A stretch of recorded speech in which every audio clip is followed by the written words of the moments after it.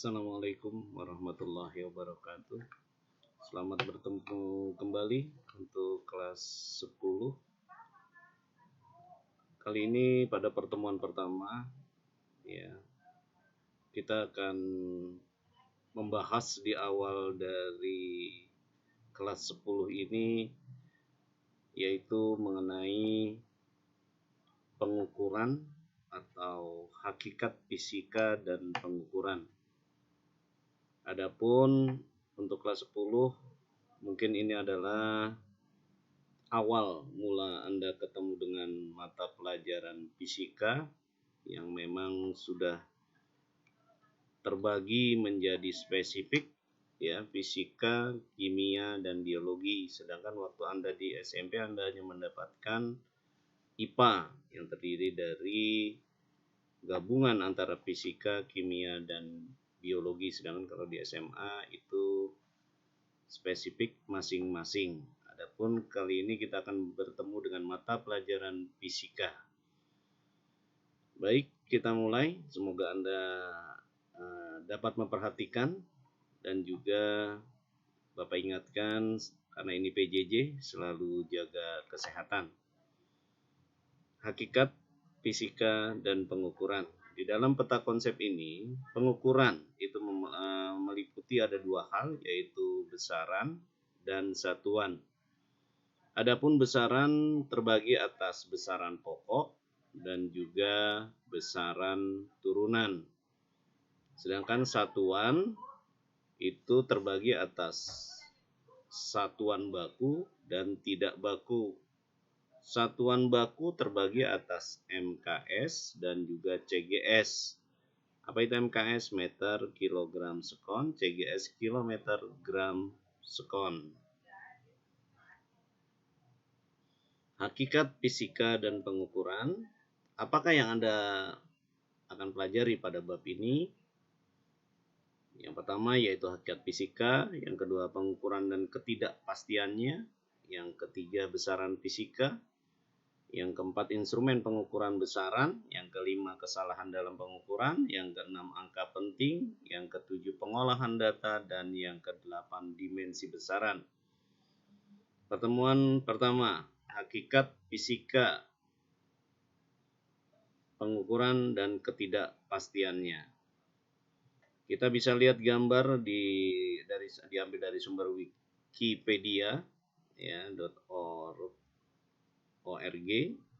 Gambar satelit merupakan salah satu bentuk nyata dari penerapan ilmu pengetahuan dan teknologi. Dengan adanya ilmu pengetahuan, manusia dapat memanfaatkan alam sekitar dalam rangka memenuhi kebutuhan hidupnya. Hal ini dapat dibuktikan dengan adanya berbagai penemuan, ya, ini teknologi seperti satelit komunikasi. Hakikat fisika nomor 1, mohon disimak arti fisika dan hakikatnya. Apa itu fisika?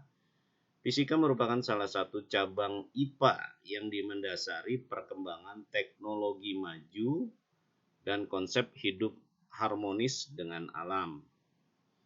Hakikat fisika meliputi produk, proses, sikap ilmiah, dan aplikasi fisika. Sering disebut dengan teknologi. Lanjut. Fisika, ya, di dalam fisika ini ada pengamatan fenomena dan menemukan pola dan prinsip terkait fenomena tersebut. Peran fisika dalam kehidupan. Perkembangan ilmu fisika mendukung perkembangan ilmu fisika itu sendiri, dan untuk berkembangnya ilmu lain dan teknologi, ilmu fisika menunjang riset murni maupun terapan. Hal ini terbukti dengan pemanfaatan ilmu fisika dalam bidang geologi, kedokteran, meteorologi atau ilmu cuaca, oseanologi atau ilmu kelautan, astronomi, dan seismologi. Ya, ini contohnya gambar-gambarnya. Ya, ada di dalam bidang kedokteran apa aja. Ini ada untuk melihat atau di sini menggunakan laser, USG, MRI. Terus yang B di sini ada alat yang namanya seismograf untuk gempa. Ini juga ada teropong bintang Bosca yang ada di Jawa Barat. Ini menggunakan ilmu fisika. Yang selanjutnya, metode ilmiah. Metode ilmiah adalah suatu cara sistematis yang digunakan para ilmuwan dalam memecahkan atau mencari jawaban atas masalah-masalah yang dihadapi dalam penelitian. Namanya metode ilmiah. Kerja ilmiah mencakup dua hal, yaitu kemampuan proses penelitian dan kemampuan memanipulasi. Ya, tahapan metode ilmiah ada berapa? Yang pertama, rumusan masalah dulu kita cari. Setelah itu dapat mengumpulkan data. Setelah itu perumusan hipotesis, percobaan atau eksperimen, mengumpulkan dan menganalisis data. Yang terakhir yaitu kesimpulan. Ya, seperti ini lihat contoh, ada peserta didik SMA sedang melakukan percobaan atau eksperimen, ya. Oke, dia juga di sini di dalamnya untuk melaksanakan penelitian juga melibatkan pengumpulan informasi, ya, latar belakang ilmiah tentang eksperimen, persiapan, pemilihan alat dan bahan, metode dan sebagainya. Ini contoh penulisan laporan ilmiah secara sederhana. Anda bisa lihat, ya, ada bagian awal, bagian isi, dan juga bagian akhir. Keselamatan kerja di laboratorium. Keselamatan kerja di laboratorium meliputi beberapa aspek, yaitu ada aspek tempat praktikum, dicek terlebih dahulu alat-alat dan bahan yang disimpan, metode kerja dan hasil kerjanya, hubungan antara pekerja laboratorium, praktikan, lingkungan laboratorium dan perabotannya, kecelakaan saat praktikum dan kekurangan pahaman praktikan terhadap sifat-sifat bahan dan alat laboratorium. Ya, ada beberapa hal yang perlu dilakukan atau diterapkan selama melakukan percobaan di laboratorium. Apaan aja? Tanamkan sikap hati-hati dan teliti dalam melakukan setiap percobaan. Berhati-hati dalam menggunakan sumber arus listrik. Terus berhati-hati dalam menggunakan pemanas. Ya, berhati-hati dalam menggunakan alat-alat dan bahan yang terbuat dari gelas atau kaca seperti gelas ukur.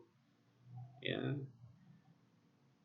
pengukuran dan ketidakpastian. Anda lihat di sini. Apa yang Anda pikirkan berkaitan dengan benda? Kalau Anda melihat benda ini, ada apa di dalam pikiran Anda? Yang pertama akan terlihat panjangnya berapa, tingginya berapa, lebarnya berapa, dan apa isinya atau volumenya berapa. Ini akan Anda pikirkan. Tahukah kamu apa itu pengukuran? Nih, pengukuran adalah membandingkan sesuatu yang diukur dengan alat yang digunakan sebagai acuan atau patokan. Ya, ini yang disebut dengan definisi pengukuran. Anda lihat di sini ada mistar. Ya, mistar di sini udah jelas ada angka-angkanya, ini adalah acuan atau patokan. Ya, di situ ada satuannya sentimeter. Ini ada kayu yang akan kita ukur dengan menggunakan mistar. Udah, lihat lagi ini gambar-gambar yang lain, beberapa contoh aktivitas pengukuran, ya. Ada yang sedang mengukur baju untuk lebarnya, ada yang sedang menimbang, ada yang pakai menggunakan stopwatch waktu, ya. Ada mengukur panjang, massa, dan juga waktu. Hal-hal yang perlu diperhatikan dalam pengukuran ada 3: ketelitian, ketepatan, sensitivitas. Yang ketiga, ketidakpastian dalam pengukuran. Dibedakan ada 2 faktor. Yang pertama, keterbatasan ketepatan setiap alat ukur dan ketidakmampuan membaca sebuah instrumen di luar batas bagian terkecil yang ditunjukkan. Persentase ketidakpastian atau rasio ketidakpastian dengan nilai yang diukur dikalikan dengan 100%. Ketidakpastian relatif, ya, X, yaitu rumusnya del X sama dengan delta X per X0 dikali 100%. Contoh, hasil pengukuran 11 cm, ketidakpastian sekitar 0,05 cm. Persentase ketidakpastiannya berapa? Maka 0,05 per 11, ya, hasil pengukuran dikali 100%. maka persentase ketidakpastiannya yaitu 0,45%. Ya. Demikian untuk pertemuan pertama kita yang mengawali daripada Anda belajar di SMA, sekolah menengah atas, ya, untuk hakikat fisika dan juga di dalam pengukurannya. Terima kasih, sampai nanti bertemu kembali pada pertemuan kedua dan selanjutnya. Wassalamualaikum warahmatullahi wabarakatuh.